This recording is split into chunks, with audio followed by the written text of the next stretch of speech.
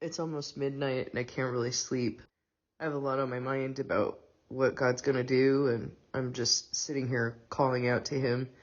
And he's led me to Psalm 119, so I just want to read that in this video, similarly to what I was doing to Stand when Victoria was pregnant with Jeremiah, and we were being told that he might not make it and she might not make it.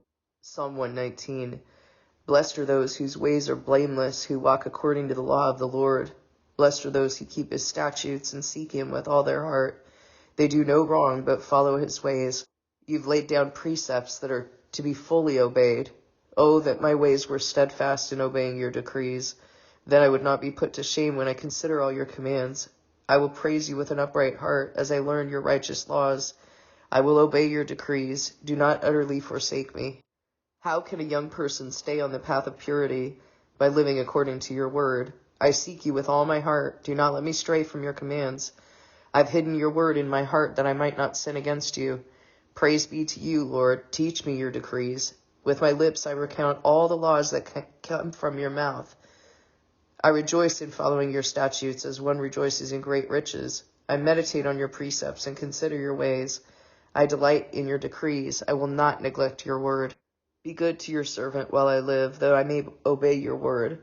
Open my eyes that I may see wonderful things in your law. I am a stranger on earth. Do not hide your commands from me.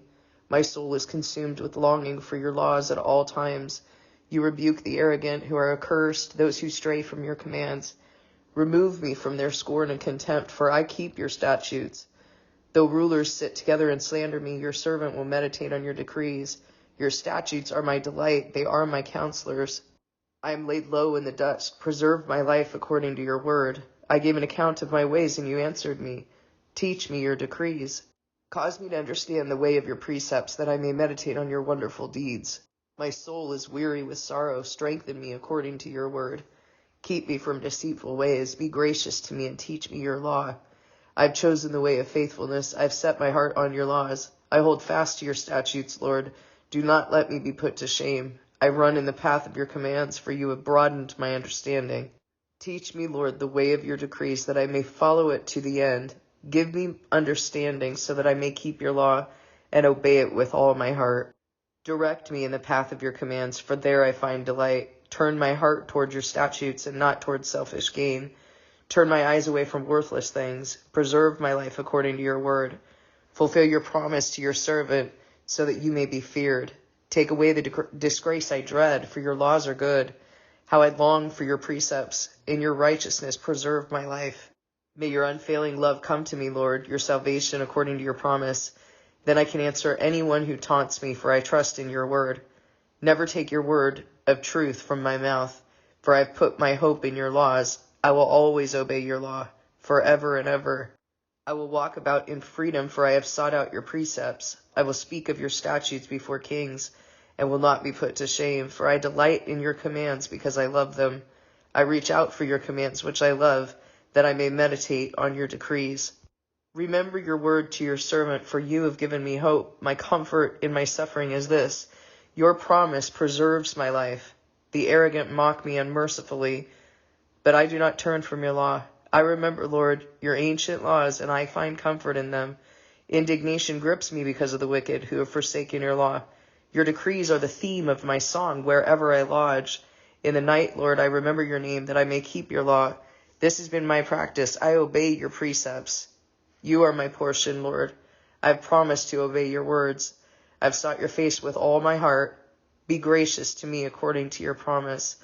I've considered my ways and have turned my steps to your statutes. I will hasten and not delay to obey your commands. Though the wicked bind me with ropes, I will not forget your law. At midnight I rise to give you thanks for your righteous laws. I am a friend to all who fear you, to all who follow your precepts. The earth is filled with your love, Lord. Teach me your decrees. Do good to your servant according to your word, Lord.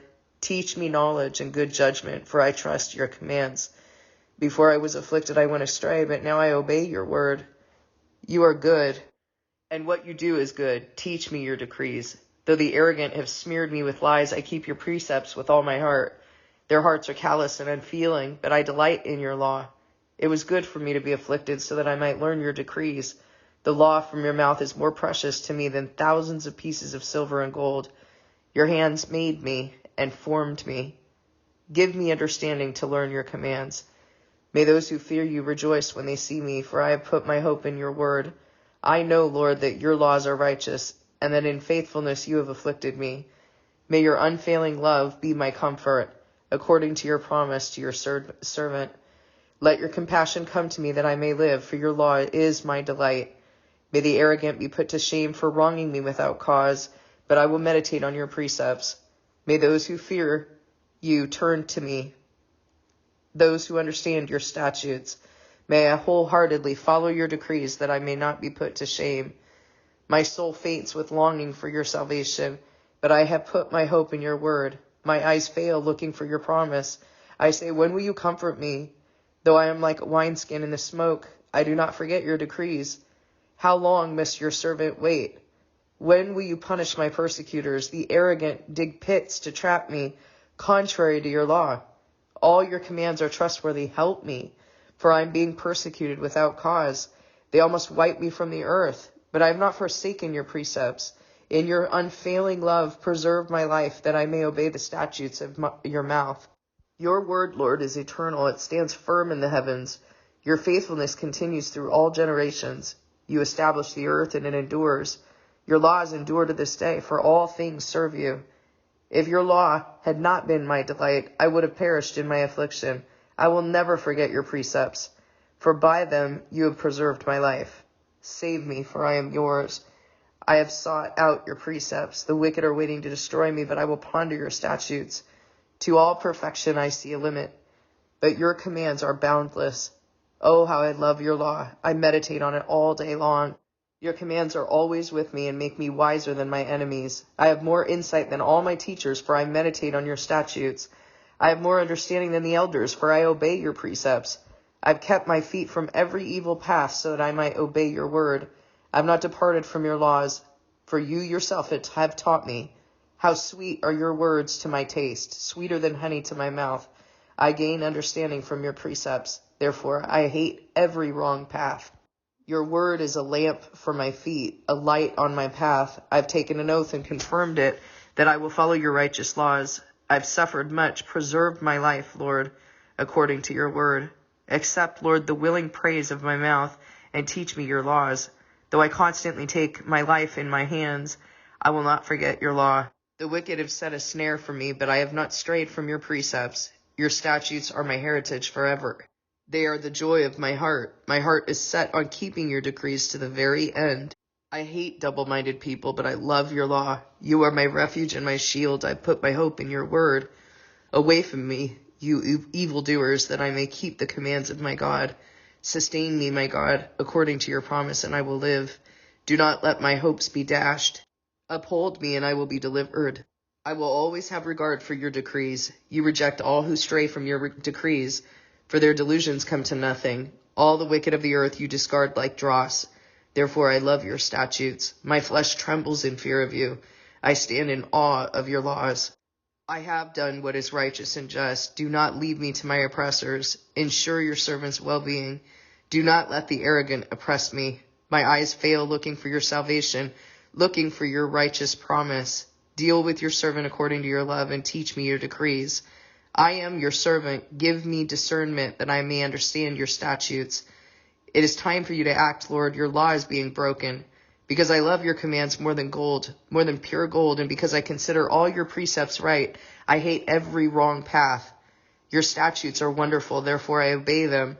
The unfolding of your word gives light. It gives understanding to the simple.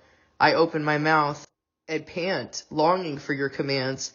Turn to me and have mercy on me, as you always do to those who love your name.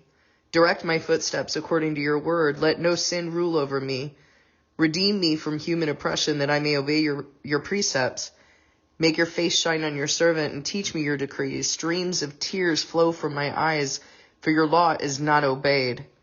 You are righteous, Lord, and your laws are right. The statutes you've laid down are righteous. They're fully trustworthy. My zeal wears me out, for my enemies ignore your words. Your promises have been thoroughly tested, and your servant loves them. Though I am lowly and despised, I do not forget your precepts. Your righteousness is everlasting, and your law is true. Trouble and distress have come upon me, but your commands give me delight. Your statutes are always righteous. Give me understanding that I may live. I call with all my heart. Answer me, Lord, and I will obey your decrees. I call out to you, save me, and I will keep your statutes. I rise before dawn and cry for help. I have put my hope in your word. My eyes stay open through the watches of the night, that I may meditate on your promises. Hear my voice in accordance with your love. Preserve my life, Lord, according to your laws. Those who devise wicked schemes are near, but they are far from your law. Yet you are near, Lord, and all your commands are true. Long ago I learned from your statutes that you established them to last forever. Look on my suffering and deliver me, for I have not forgotten your law. Defend my cause and redeem me. Preserve my life according to your promise. Salvation is far from the wicked, for they do not seek out your decrees. Your compassion, Lord, is great. Preserve my life according to your laws. Many are the foes who persecute me, but I have not turned from your statutes. I look on the faithless with loathing, for they do not obey your word. See how I love your precepts. Preserve my life, Lord, in accordance with your love. All your words are true. All your righteous laws are eternal. Rulers persecute me without cause, but my heart trembles at your word. I rejoice in your promise like one who finds great spoil. I hate and detest falsehood, but I love your law. 7 times a day I praise you for your righteous laws. Great peace have those who love your law, and nothing can make them stumble. I wait for your salvation, Lord, and I follow your commands. I obey your statutes, for I love them greatly. I obey your precepts and your statutes, for all my ways are known to you. May my cry come before you, Lord. Give me understanding according to your word. May my supplication come before you. Deliver me according to your promise. May my lips overflow with praise, for you teach me your decrees. May my tongue sing of your word, for all your commands are righteous. May your hand be ready to help me, for I have chosen your precepts. I long for your salvation, Lord, and your law gives me delight. Let me live that I may praise you, and may your laws sustain me. I've strayed like a lost sheep. Seek your servant, for I have not forgotten your commands. One thing I've learned is I've been up against a wall waiting for God to fulfill the promises that he's made. I've experienced this thing where I just keep going back and back and back and back and reviewing, like, was there anything that I didn't do? Was there anything that I did wrong or that I took for myself here? And I think that I have come to know, actually, not think, but to understand how important it is to make sure that everything that we're doing is 100% single-minded for God, and that we're not taking anything for ourselves. And that when things are uncomfortable, like, when I'm reproving someone, it's always uncomfortable for me, but I always go back to him and I always ask him, did I do that correctly? Did I, and if it's harsh or feels harsh to me, feels too stern, then I go back to him and I ask him, was I okay? Like, that felt really stern. I'm always staying that close to him. And one of the things that, that people have asked me, like my daughter has asked me, are you sure that everything and every single thing? And I'm like, yes, I'm positive. Like, I remember God talking, like I told you as God was talking to me about these different things over a period of years. Yes, I'm certain. The fruit speaks for itself, the understanding and the wisdom. The things that I told you he was telling me even before these things we ever saw this. About the churches, about science, about the, education system. So not that I'm trying to justify myself before you. I'm justified before God. That's it. But the point I'm making is that it's so important for us to stay that close to God and to check in with him. It doesn't matter how many times we have to check in with him in a day. Did I do that right? Did I do that right? Are you sure I'm in your favor? Is there anything that needs to get cleaned out of me? Is there anything I've not heard correctly? Because when you're up against a wall and you're trying to hold on and you're not hearing God, because when he's testing you, you usually are not hearing him. I'm still hearing him, but not as consistently and not about the things that I necessarily want to hear about. Like, I want to hear, what are you going to do? What's your plan here? But right now is that time where I need to trust in the things he's told me. And as I'm hearing from him, the things that he has done is that He's still building me, and he's still affirming that I'm his and letting me know that I'm his. And so when that happens, I have to hold on to that, because it's really hard to not hear from him about what I'm waiting for and to not see him moving. It's hard to hold on right now. Now, the reason I say that is because we've had some people who, came in and over the last few months, came in and went right back out. And I'll tell you some of the reasons why they went out, because they weren't returning to him and they weren't fully giving themselves. And I hear things, I'm privy to information that I don't go around spreading. If something needs to be exposed, then yes, I expose it. But I know the things that these people were not dealing with. I know that there were, and I've told you a million times, the very thing, singular, that you're not dealing with. It doesn't have to be a bunch of things. It can be one thing that takes you out, that you have decided, I'm not willing to address that. Nope, I'm too scared of that. Or I don't want to be exposed. Or I'm not willing to go there. Or people coming in and wanting their own glory and leaning on their own understanding and thinking that, they're going to make a name for themselves. We're not here for that. We're not here to make a name for ourselves.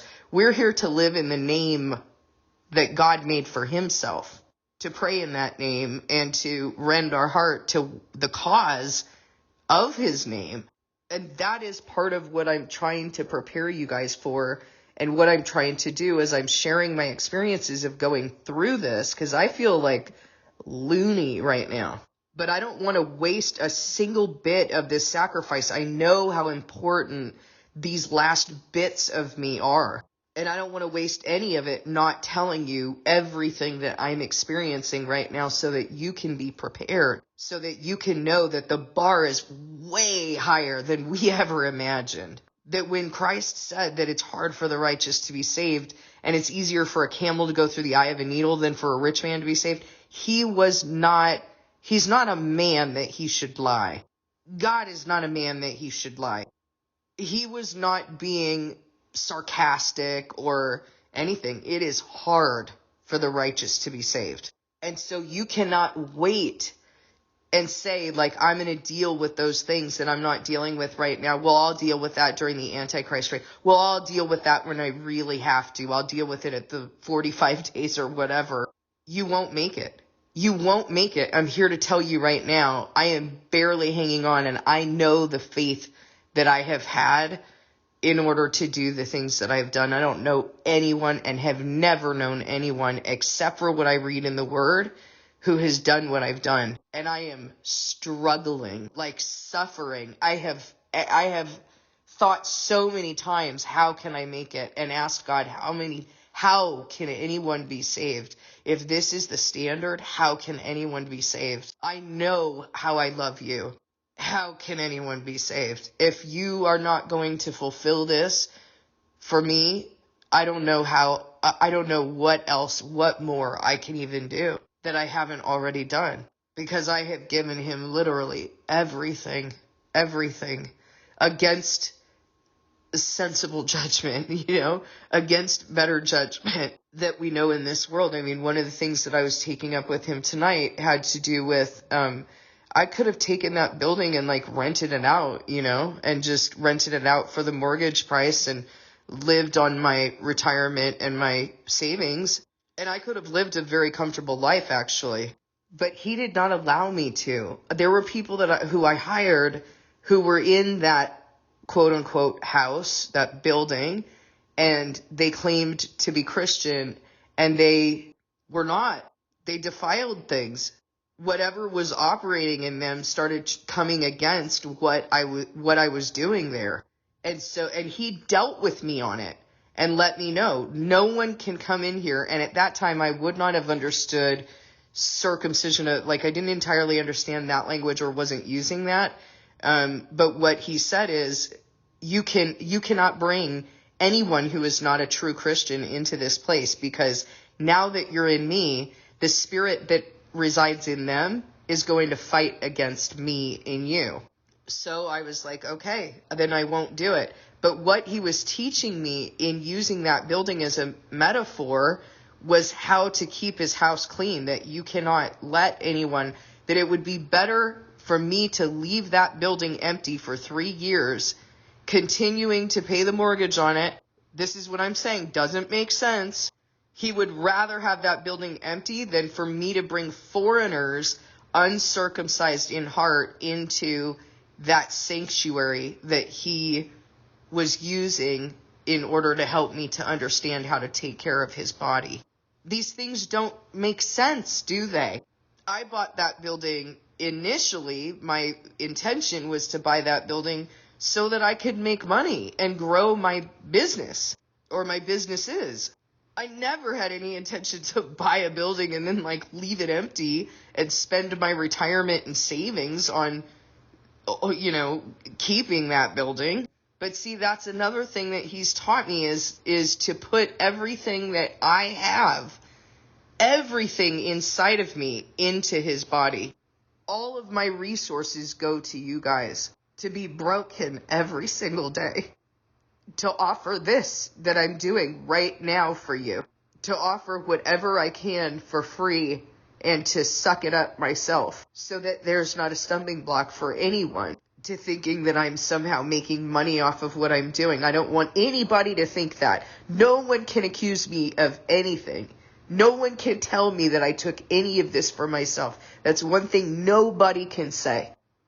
That I have believed in this with all of my heart, mind, and soul, and I have been single-minded to give God everything. And so this is why that's so important, because when you get to the wall, you're going to start asking yourself those questions. Was there anywhere that I stepped away? Was there anywhere that I might not have heard you right? Was there any little sliver that I could have taken for myself? Or am I truly blameless in your sight? And blameless does not mean you're perfect.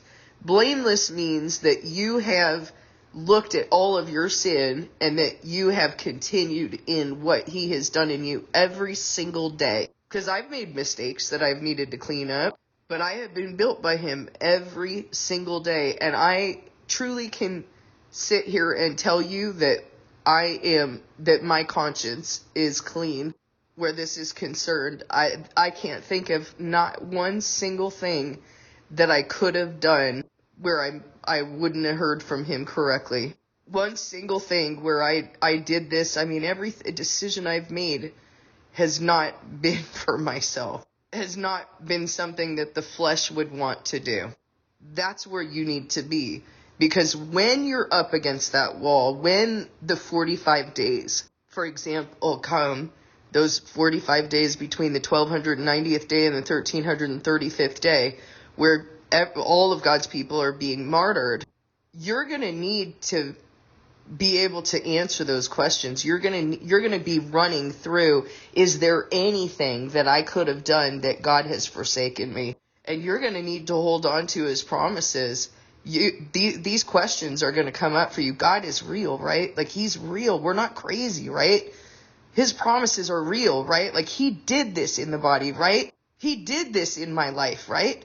Because God says, Jesus said that for the sake of the elect, those days are going to be shortened, because even they would not have survived. And he is not talking about physical survival, because we know each and every one of God's people are going to be martyred. He is talking about being able to endure till the end. And I'm telling you right now, it is so hard.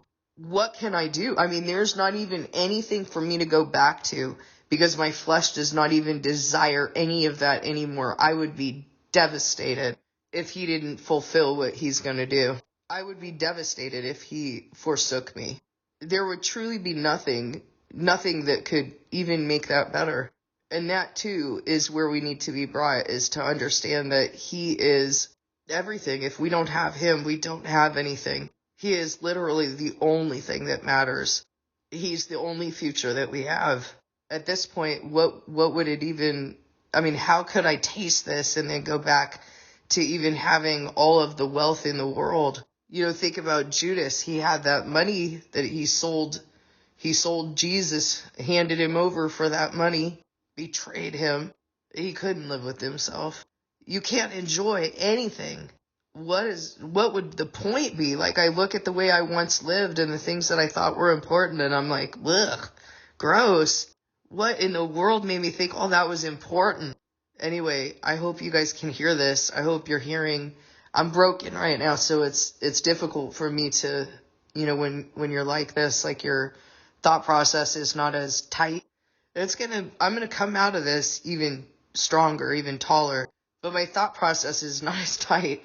And so I just hope that you guys are hearing what I'm saying and that you're benefiting from it and that you're rending your heart to understanding that there's no time to mess around.